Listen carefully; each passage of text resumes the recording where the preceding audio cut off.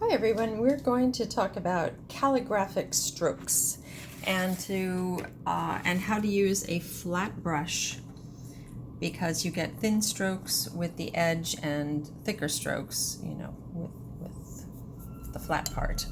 You want to hold the brush at a 45-degree angle. You can check for 45 degrees if you go to the lower corner, and that is a 45-degree angle.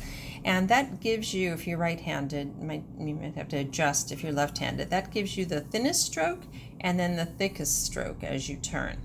Now, don't worry about anything that just doesn't look good. This is just brush practice. This is ways to just try out, let's pick a nice color, try out your brush and to kind of train your hand. Again, I'm going for the 45-degree angle and thick and thin. Now notice I didn't wash my brush out. I picked up a new color and that kind of shows in there.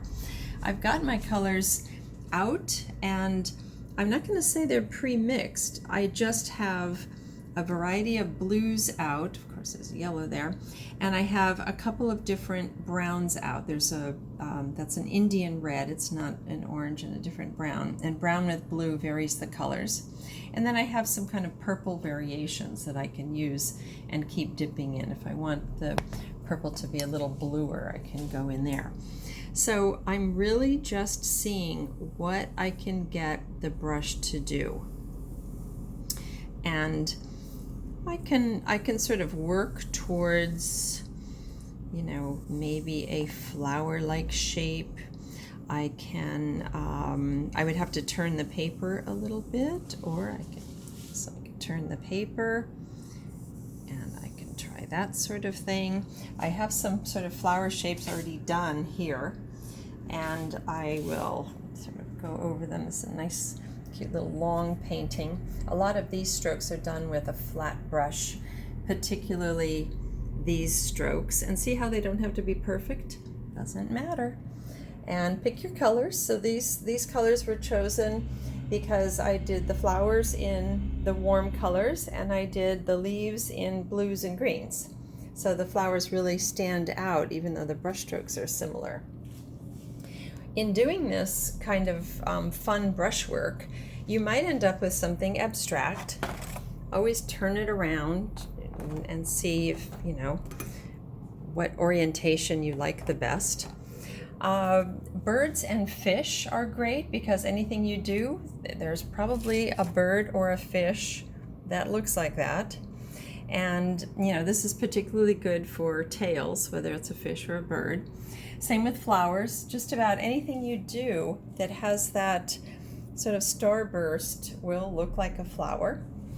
And always turn your pieces around, because I did this one today very randomly, and when I turned it, I got a bird, and all he needs is just a nice dark eye, and he will turn into a bird very nicely. And I need something different to make that eye. Let's try that again. Once you add the eye, it really makes the creature come together. And he might not need legs because he might be floating. It's a little bit swan-like. So we're really practicing brush strokes. That's all we're doing. So use a flat brush. Some flat brushes have this slanted tip. Let's just see what that does.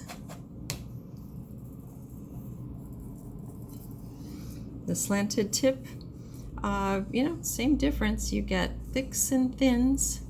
You have to figure out what's the best way to hold it and that's part of your practice, is to find out what gives you the thick and the thin. And you can just go crazy with brush strokes. Go slow, go fast, see what you get. Have a good time, and it's okay to go very abstract and just fill some things in later. It's all about color and brush strokes on any of these, so just enjoy.